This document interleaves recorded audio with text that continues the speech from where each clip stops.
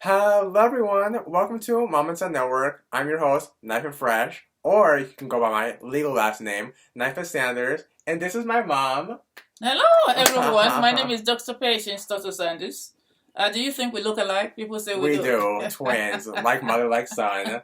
Mom and Son Network, of That's course. right, that's right. Your daddy doesn't think you look like me, though. He thinks you look just like him. No, I think I look like my mom. I may have a little bit of him, but I feel like I look like my mom. You know, you can see it right here.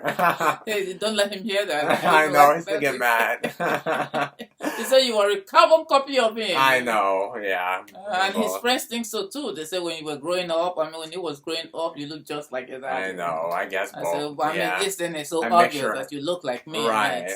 That's so obvious. I know. I don't see what people don't see. I mean, look at the eyes, look at the nose, look at the mouth, look at the cheekbones. I mean, what's there for him not to see? I don't know exactly. All right. And our topic today is going to be, is China exploiting Africa?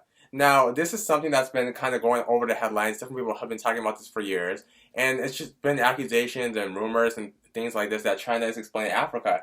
And Mom, with you being from Nigeria and you having PhD and all your accomplishments and things like that, you know, we actually went to Nigeria in 2018. That's right. And we saw a lot of different Chinese people, specifically in Lagos and just different places in Nigeria.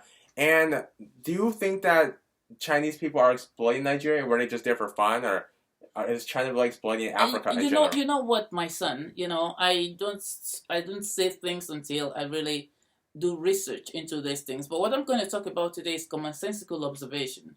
This is not researched. I didn't research it yet. Okay. Because this is just impromptu, All right. But from my own observation, I think that the African government is just allowing anybody to come into the country, into the continent, especially Chinese people. When I was growing up many, many years ago, it was the Indian people that came to most of African countries, and they came to educate us. The majority of African countries were colonized by different people. By Nigeria was colonized by the British people. Yeah. And people fought to liberate Africa from colonialism. But today, my observation is that you have a lot of Chinese people going to African nations, and they just allow them to do whatever they want to do. If you ask me, I think Chinese people are exploiting Africa, and this is why I say that. Now, they have a contract with African government, not with individuals, and some of these contracts are written in Chinese language. And the government officials sign it. You don't know what you're signing. Right. And, in the majority of these places, they bring in Chinese to do some of these things, to do railroads and stuff. But the thing is written, how to repair it, how to put it together is written in Chinese. How can you do that? Mm-hmm. And these days, Chinese people, at least in Nigeria that I know of, they are organizing themselves. They have their own police. They have their own, unit where they stay. They have their own environment. They go into the villages, and they are not even monitored. You see? Yeah, they are not monitored at all. They can do whatsoever they want to do. And when they request for something, and the natives are not complying with their request, they beat them. They flog them like animals in their own country. You see it? I mean, these are things that people have said. These are things I have observed with my own eyes. So that's terrible. So why do you think that is? Why is it that Africa, specifically so many African countries, if not most African countries, have to depend on a different country or outsiders to? Why do they depend on them to do everything for them? Well, can they do it themselves? Or? They can do it themselves. There are certain things that we cannot do by ourselves. Like, it's not just African nations that are now relying on Chinese people, on China to do things for them. Mm-hmm. Even the American government, the United States, they are using Chinese people to do a lot of things. I work as a nurse, and I tell you, during the pandemic, early part of the pandemic, we a lot of things we couldn't have. We were short of even ordinary hand gloves. We were short of masks. We were short of gowns, a PPE. We were short of those things because the majority of these things are being made in China. The majority of goods that come into this country, even computers, your iPhone, they're made in China. That's right. So China has been given a lot of blueprint by the American people. Right. Private companies, government parastatals, they have outsourced a lot of things to China. This is why China is very powerful today. And there are so many things that we don't do in America that we really need to rely on the Chinese people to bring to us. So the Chinese people have known a lot of American secrets. A lot of it. And so it's not just, what I'm trying to say is that it's not just the African government that rely on China to do stuff. Many nations rely on them. One, their labor is cheap. Two, the products they make, there are very many people in China, you know that. Yeah. So they have this mass production and they have cheap labor. And now they are going to Africa. Africa has the richest natural resources in the whole world. Absolutely. But the problem is this, my son, is that as Africans, we don't really appreciate one another. That's the truth. And you can see that. I know you were born in America. Oh, yeah. And you weren't raised in Africa, so you might not understand what I'm saying. Oh, I understand. You understand what I'm saying? You're a very intelligent boy anyway. We know that. You're just like your mother, very intelligent woman. Right. Yeah. But you see, the thing is, if you have observed something even in America, where the black person is doing business with another black person, there is always some, it's not smooth. Mm-hmm. There is distrust. We don't trust one another. No. And when it comes to having an accent, the accent to a black person, from my observation, and from the observations of many African people, makes them to want to question whether you're authentic or not. Okay.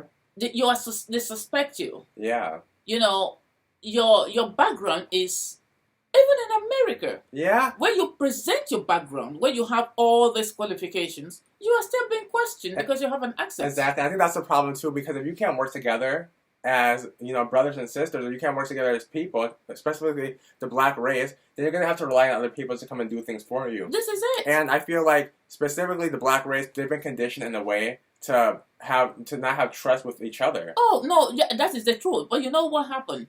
Did you read the book I gave to you, the Willie Lynch letter? Oh, I haven't read all of it yet. Oh, please read it, and then come back here to talk about it. This is something that has been written down since 1712. Mm-hmm. How to enslave black people forever.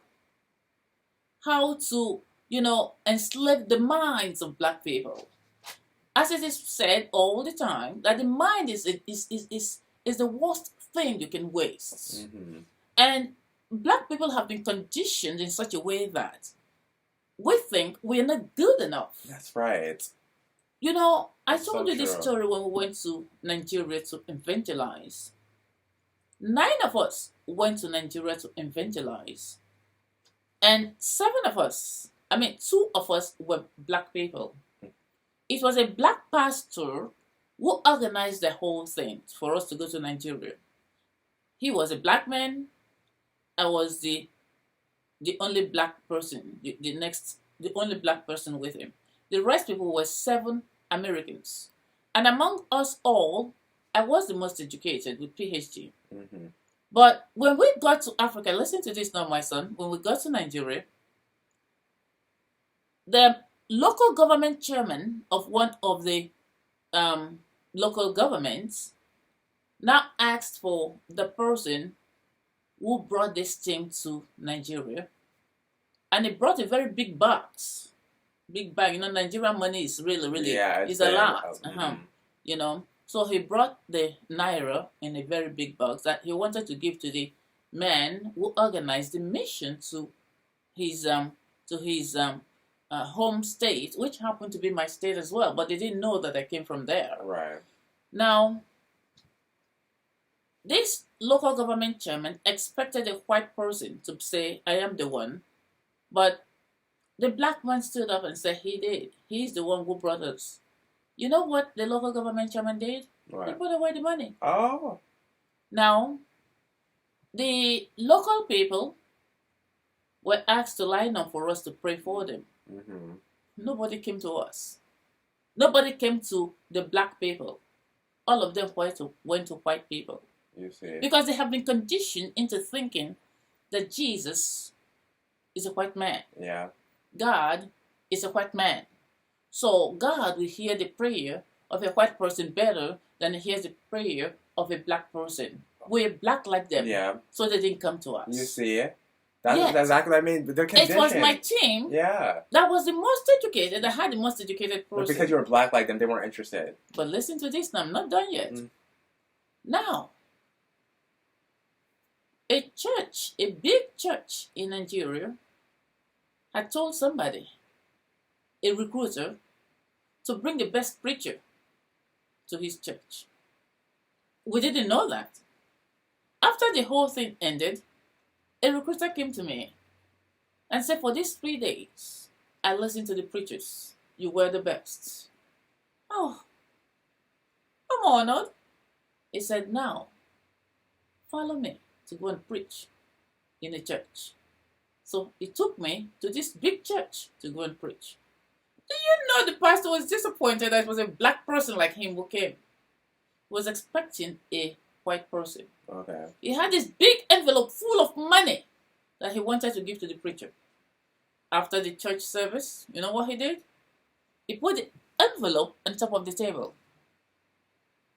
And he was talking to me. He took the envelope and began to remove money as he was talking. Ah. Removed and removed and removed until the thing was flat. No. Then he put it on the table and said, Dr. Patience, I have something for you. And he gave me the envelope. And I said to him, sir, I am not preaching because I want you to pay me. Exactly. I don't need your money. Mm. Jesus already blessed me. Amen. Amen. I don't need it. I said, I don't need this money. I didn't come here to preach because I wanted money. My father Jesus came here to tell us how to enter into the kingdom of heaven. He didn't ask to be paid, Nyphen. Jesus didn't ask to be paid. No. He didn't ask for a single penny. His Father in heaven supplied everything. Jesus didn't even have a home. No, that's very true. He said foxes have holes, but the Son of Man has nowhere to lay his head. Okay. But you know what? Jesus never suffered. Never. Still the same principle today. That's right. When you serve God with all of your heart, you don't need anybody. You don't need money. No one. The only thing you need is love. That's right. Love conquers. Yes. Yep. Now back to our story about China exploiting Africa. It is not the fault. It is the fault of the African government. Mm. They have laws, they have regulation, but they don't follow these things. I know, they don't. As long as the skin is bright, the African government allows people to do whatsoever they want to do to their own citizens. Exactly. You can't do that in America. You can't at all. America appreciates their citizens. They do. The American government will give up everything and go and rescue one citizen. That's right. They care about their people. Oh my God. But if you don't care about your people, it's the case with many African countries. It is. Who's going to take you serious? Nobody. If you don't even take your own citizens serious. Nobody. And that's the problem. If you don't take each other serious, there's no unity. You're always going to be dependent on an outsider. Oh my God. And that's exactly what's going on right now in Africa. Yes. They're all dependent on outsiders. So until you respect each other, you learn how to work together and do things together. Until that slave mentality leaves. That mental set, they are so when we're growing up. Mm-hmm. When I was growing up in Africa, it was about communal services, community. There was nothing like being individualistic. Mm-hmm. But today, the African government, those in power, only think of themselves. That's terrible. And maybe their children, and maybe their wives. Terrible. But they do not think of the future of the community. You see? They eat their own future. That is terrible. Let me tell you something that's going to happen in Africa. China is going to enslave Africa. Yeah. Because they are pouring in like bees. They are. And they're quite a bit in their country. There's a lot. So, it's like, else anybody can go there. Anyone that they don't want in China can go there and become like a lord. I know. In Africa, they, like you said, they let anybody in. Yes, they treat them like lords. But it's not so the other way around. Because how dare you go to... Didn't you see what they were doing to African people during the pandemic? Yeah, they weren't allowing a lot of African people specifically to go in certain places. No. They locked them up in the hotels. Okay. Some hotels didn't even want them to come in. So you can't do what you want in somebody else's country, but the same people you're allowing them to come to your country and do whatever they want. I've never seen this type of foolishness. Right. People who can think. Yeah. Who those are so selfish. How can any reasonable person sign a document that they didn't read? I know. Or they can't read? Mm-hmm. The document is written in China and you are signing it. Don't you see how foolish you are? Doesn't make any sense. I do not know what's wrong with these people. I don't know either. Tell you. It's only in Africa that the best leave the continent. Mm-hmm. The best people are leaving Africa for other nations. You know why? Because some of these things just stress you out. It stresses you out. But the sad part about it specifically, especially Nigeria, yes, is that Nigerians are so educated. In fact, Nigerians are the most educated immigrant group in the U.S. Yes. So you would think they would put all the educations together and uplift Nigeria and be an example. But, there's still that limitation of unity and working together that they really need to. The government will not respect, they don't respect people who go there to want to help them. They frustrate you. Right. So you go there, you want to tell them the truth. Look, our youths don't need to run out of the nations. They say, so why did you run out? Right. What are you doing overseas? Why don't you come back? You go back to Africa to help to relieve the lives of the people. You are criticized. You're criticized. If care is not taken, you may not even come back. You see. So it's just so frustrating. It's so frustrating. Seeing the things that Chinese people are doing, just taking over, and look, my native food, for instance, to make pepper soup spices. Yeah, Chinese people have made it a lot easier. Mm-hmm. They blend it together.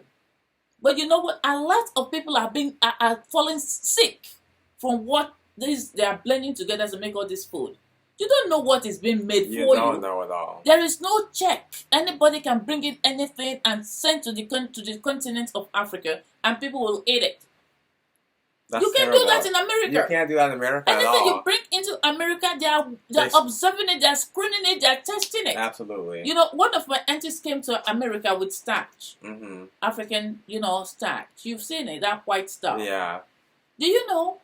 They know that it's starch. They know that it's African, food. Yes. But you know what? She came to America with it. They took the starch and told her, don't eat it until we give you permission to... They took a part of it to go and test. They said they want to know that it's good for her consumption. Mm-hmm. For your consumption. So they took a part of it and they went to test it. I think it came back about a week or so later.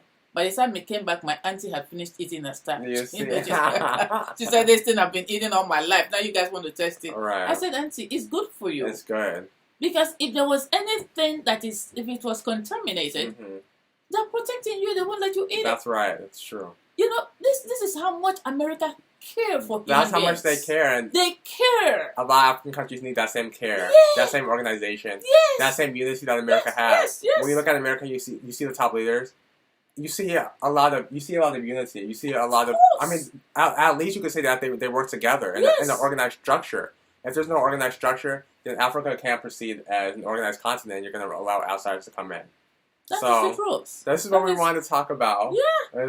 On Mama Son Network is China exploiting Africa. I think China is exploiting Africa. Exactly. I think they're going to colonize Africa again. You heard what my mama said? In the future. Absolutely. The rate at which Chinese people are pouring into Africa without being checked Africa will be colonized by Chinese in no time. Okay, You know, Mrs. Clinton said something similar like that, like this, many years ago. Yeah, you know, yeah, I read about it. Yes, I read about it very, very briefly. I wish I can get that thing to read all over again. Maybe I should go check it out. Yeah, you in the internet. Yes, this is a very good, good thing to research into. Sure, if we find the link, we'll post it in the description. Yeah. It's a very good thing to check into. I mean, it's a very good topic. That brought up today. Is. Absolutely. Yeah, I wish you had told me before. Now then I go research into it and really give you facts. We'll put the link in the description. Once we find it. So Yeah. Definitely thank you guys for tuning in. Be on the lookout. Definitely visit my mom's website, drpatiensbooks.com. She's an author, professor, everything in one. And I sing too now. Yeah, she's saying she's a singer. Exactly. Yeah. Here we go again. Women. I'm gonna look for it. Her music is on her website. You can buy it there and everything. My music is there. My music is on YouTube. It's everywhere. We'll put the social media in the description. Just enjoy life, you know. Yeah, you can see it in this video right here. Thank you guys so much for tuning in. Be on the lookout for more of our videos and definitely subscribe to our channel. Thank you for watching and God bless. Thank you.